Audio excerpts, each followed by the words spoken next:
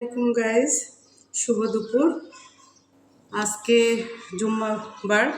এই জুম্মার দিনে আসলে একটু রান্নাবান্না দেরি হয়ে যায়, কারণ সকালটা উঠা যেহেতু দেরি হয় এই জন্য রান্নাটাও দেরি হয়ে যায়।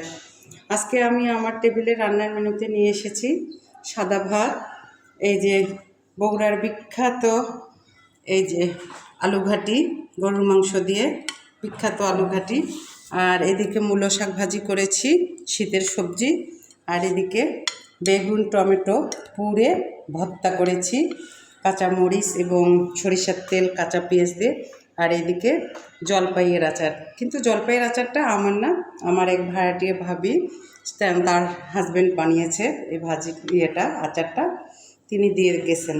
কেমন হয়েছে আজকের মেনুটি, আর আপনাদের কার কার বাসায় কী কী রান্না হয়েছে কমেন্টে এসে অবশ্যই জানাবেন, এবং ভালো লেগে থাকলে ভিডিওটি লাইক কমেন্ট এবং শেয়ার দিয়ে পাশে থাকেন। চলুন এখন দুপুরের খাওয়া যাক।